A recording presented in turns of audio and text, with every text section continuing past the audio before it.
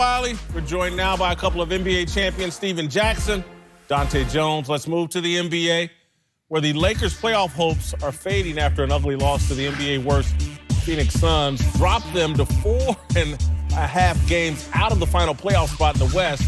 Even LeBron has had his struggles in Phoenix, botching an inbound play and missing 2 crucial free throws later in the game.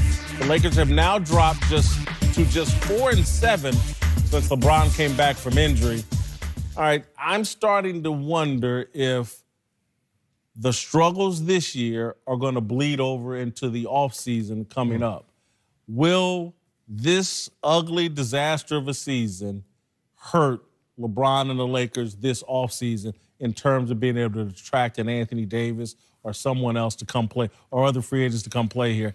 And I do think it's going to have some impact. I think you have to, players, even an Anthony Davis, I know he's repped by Clutch, has to question, damn, how good will LeBron be in these next 2 or 3 years? Yeah, and we got to separate Anthony Davis from other free agents because he's still under contract even next year. So that's going to be a forced play at best. Look, I don't think any of these max players who realize that the checks will be the same, so why pay the drama tax of playing with LeBron and the Lakers and this organization and all that comes with it? Whether you want to go toxic environment, Kevin Durant, or you just want to go to the Lakers organization and a lot of change and turnover in the last 6 years. Oh, coincidentally, the last 6 years looks like they won't make the playoffs for a 6th consecutive year. What happened 6 years ago?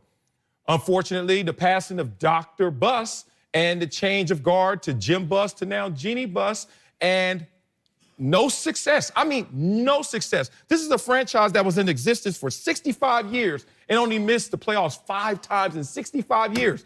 But now, with the change upstairs, they are going to go 6 consecutive years, and more importantly, the environment.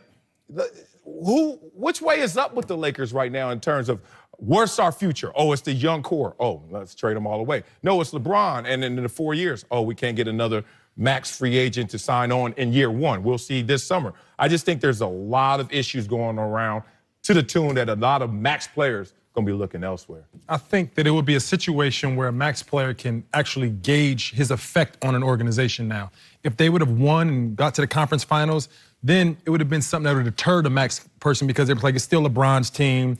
I'm just jumping on LeBron's ship. But now a max player can come in and say, you know what?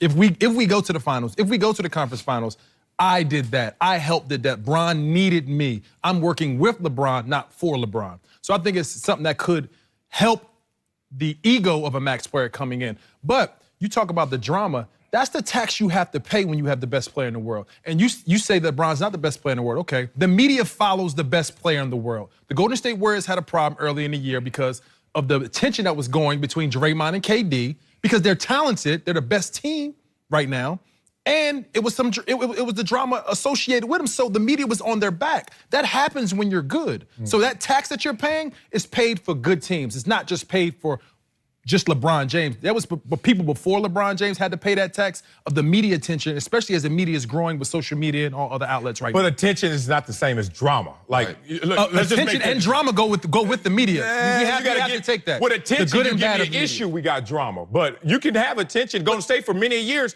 no drama. Why? Because they were just getting attention and they were getting along. You don't get along. You have an issue like KD and Draymond. Now you got drama, but the attention's been there for the last few years for Golden State. I think it goes both ways, you know.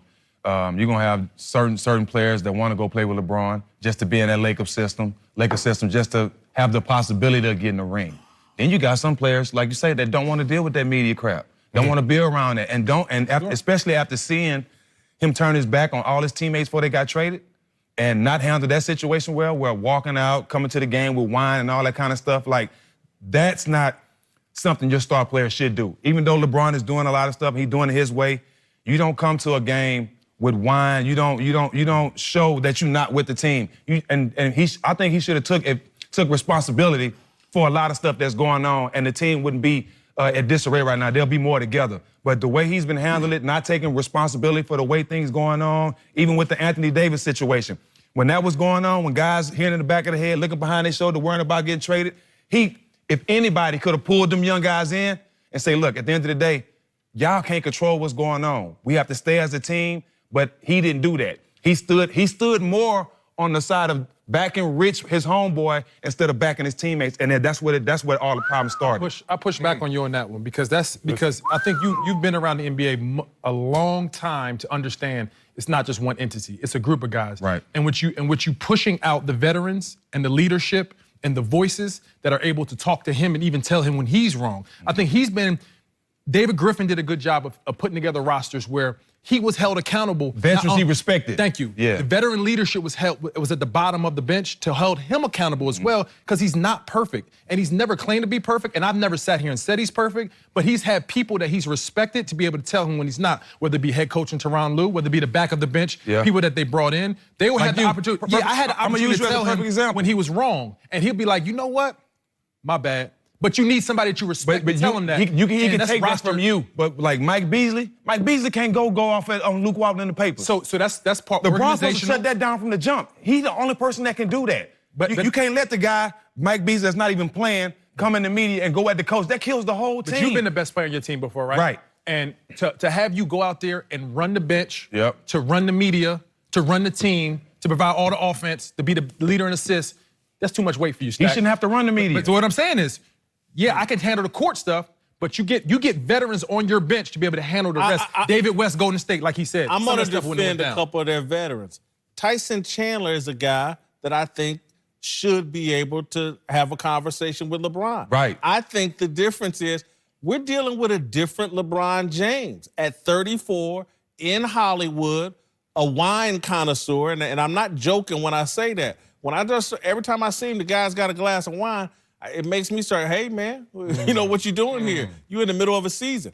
And then I just think all his other extra endeavors just creates a disconnect from his actual players. The guys on team is too young. They can't see all that and still focus. We can. Totally you know what I'm saying? Those young guys can't see him coming to the game with wine, taking games off and all that stuff, and still stay focused now. In the studio with 2 Chainz. Not even that. Shout out 2 Chainz. Those bracelets. New album out, rapper go to the league. Bangers. Statue of limitations. Yeah. You already said it. Quickly. You already said We out of it. here. Ask Stack about the pack, okay?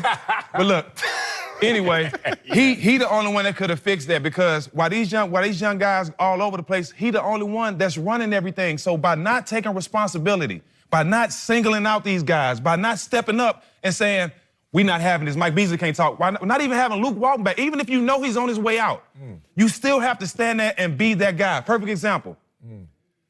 Tim Duncan, Steve Kerr, all those guys, they can get on Tim Duncan just like Pop can.